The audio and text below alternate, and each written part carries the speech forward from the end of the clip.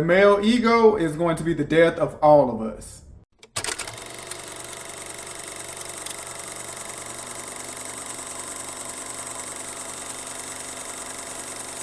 Is it just me that's sick of the male pick-me content?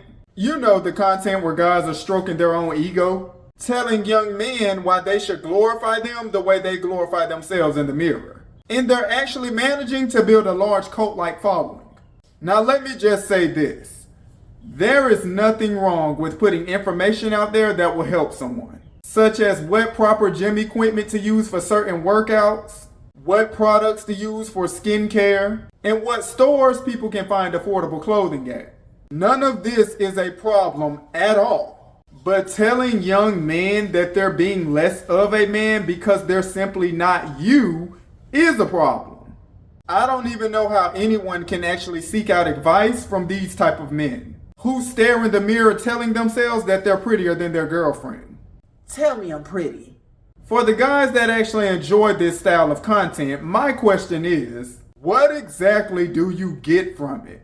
As someone such as myself observing the brotherhood from the outside looking in, I just see regular arrogant men who have made going to the gym a personality, while telling other men that they're less deserving of certain things in life because going to the gym and taking cold showers don't make up 97% of their life. What is wrong with just telling men to be themselves? And be so secured in yourself that you don't need opinions from another man telling you why you should be him. It just sounds to me like because these men can't get enough of the mirror at home, they're crafting a world where they see nothing but themselves walking around everywhere they go. That's what makes this specific style of pick-me content so hilarious to me. Is that the advice they give out about what type of man you should be is always modeled off of how they see themselves. Alright dude, so here's my advice on how you can become more of an attractive alpha male like myself. You need to first cut your dreads off. You want me to cut off my dreads? Yeah, get a low haircut with waves like me. Secondly, you need to develop a skincare routine. But I don't have any acne. Yeah, you don't, but your skin still doesn't look like mine. You see how my skin just glistens like a glazed honey bun in the sun? Yeah, yours doesn't do that. Oh, okay. Thirdly, you need to hit the gym. Gain about 250 pounds of pure muscle. You see these rock solid sexy abs that I have? Well, yeah. You don't get sexy abs like this by just sitting in the house streaming. Touch them. Touch my abs. Huh? Rub your hands down these abs. Now I know I can't speak for women, but I'm pretty sure women don't want a bull-headed alpha male who sees them as nothing more than a prop to their lifestyle. Now you will attract women, just not the kind that actually wants you for love. There's just something very dystopian to me about men recording themselves getting out of the shower to their girlfriends waiting on them like a maid with a towel, ready to apply their after shower face mask. I don't know, we're just living in different times. And men have different needs and requirements for what they want in a girlfriend. Then there's the conversation about there being an attack on male masculinity. The internet will always bring up men from our grandparents' generation as a way to validate their talking points.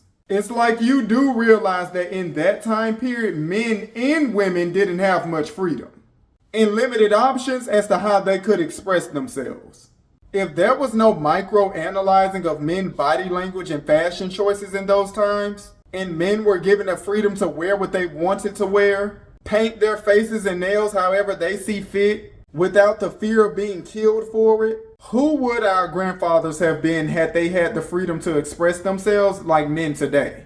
Because as soon as the 80s rolled around, men instantly jumped in crop tops and biker shorts. But another question I had is, what about their lifestyle makes them more of a man than any other man? Having good skin, a gym to work out at, and money in your pocket does not make you special. Moral of the story, these men aren't doing anything on any level that any man, regardless of his background, can't do. Whoa, that was hard to say. So I don't understand the logic behind this red pill alpha male content. Because it's all at the end of the day still a man. And don't even get me started on the men who do relationship pick-me content. You know, the men who aren't married or in a successful relationship, but are somehow giving out advice as to how to keep and maintain a successful relationship. If you want to have a successful relationship, you must first stop her at the door, take off her shoes and put them in a bag, sweep the floor before she comes into the house, prep the food in the kitchen, take out the garbage, go to the bathroom and run her bath water, have her pajamas laid out on the bed ready for when she gets out of the shower. You must have all of those things done before you're able to even let her step foot in the house. We will be here all day talking about them. But to you watching this video, I want to say, be yourself.